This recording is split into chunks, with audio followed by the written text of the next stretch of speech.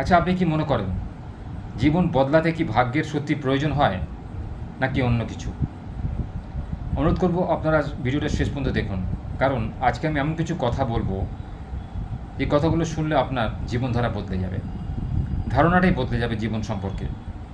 আমি অনেক সময় ভাগ্যের ওপর দোহাই দিয়ে বসে থাকি যে অমুক লোকের ভাগ্য ভালো, আমার তো ভাগ্য খারাপ।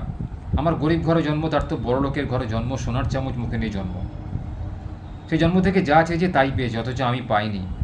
একটা সাধারণ জিনিস চাওয়ার জন্য বাবা মা কাছ থেকে কত কথা শুনতে হয়েছে, মুখ খেতে হয়েছে, বকা খেতে হয়েছে।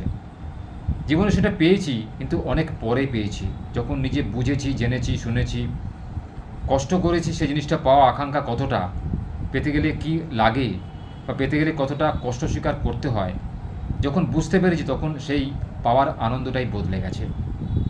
তাই জীবনে অহেতুক দোষারোপ না করে জীবনের উপরে, নিজের উপর ভরসা রাখুন। কারণ ছোট ছোট অভ্যাস আমাদের জীবনটাকে কিন্তু বদলে দেয়। যেমন আপনি ধরুন ইংরাজি জানেন না, আপনার বন্ধু খুব ভালো কথা বলতে পারে ইংরাজিতে, আপনি তার উপর হিংসা করে বসে রয়েছেন, কিন্তু চেষ্টা করলেন না। তাহলে কি আপনি শিখতে পারবেন? কোনোদিন পারবেন না।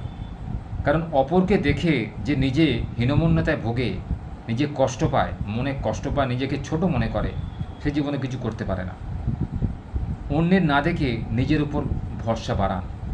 অন্যকে না কপি করে নিজের মধ্যে স্বতঃস্ফূর্ততা তৈরি করুন, যাতে আপনার কপি কেউ করতে না পারে। নিজেকে সেই মতো তৈরি করুন, জানুন, বুঝুন, এবং জীবনের যাত্রাপথ সেই মতো সাজান। দেখবেন প্রতিটা মুহূর্ত আপনার যদি না ভালো কাটে, আপনি আবার আমার নাম পরিবর্তন করে দেবেন। ভগবান তাকেই দেয় যে ভগবানকে বিশ্বাস করে, নিজের উপর বিশ্বাস রাখে। প্রতিটা কাজে, ছোট ছোট কাজে, প্রতিটা কাজে নিজের আত্মবিশ্বাস এতটাই প্রয়োজন যে কোনো কাজকে ছোট না মনে করে প্রত্যেকটা ছোট ছোট কাজ থেকে মানুষ শিখতে পারে। সবথেকে বড় কথা হচ্ছে 100% সঠিক কোনো কাজ করা। যে প্রথমবারেতেই 100% কাজ সম্পন্ন করতে পারে, সেই কিন্তু প্রকৃত মানুষ। ভুলভ্রান্তি হয়, কিন্তু ভুলভ্রান্তি যেন পুনরাবৃত্তি না হয়, সেই চেষ্টা আমাদের প্রত্যেকের করা উচিত। কারণ একটা ভুল পদক্ষেপ আমাদের জীবনে অনেক পরিবর্তন নিয়ে আসে এবং জীবনে অনেক দুঃখ ডেকে আনে। তাই চেষ্টা করবেন, যে কাজই করুন না কেন, সেই কাজের মধ্যে যেন নিজেকে অ্যাবজর্পশন করাতে পারেন, নিজেকে কমপ্লিটলি নিয়োজিত করে রাখতে পারেন। যে কাজ আপনি শিখছেন, যে জিনিস আপনি জানছেন, সেই জানার মধ্যে যেন একটা মাধুর্য থাকে, একটা আন্তরিকতা থাকে।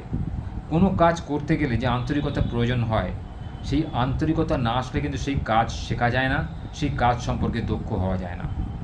দক্ষতা অর্জন করতে গেলে সেই কাজটাকে ভালোবাসতে হবে, সেই কাজের সঙ্গে নিজেকে নিয়োজিত রাখতে হবে, তবেই কিন্তু দক্ষতা আসবে।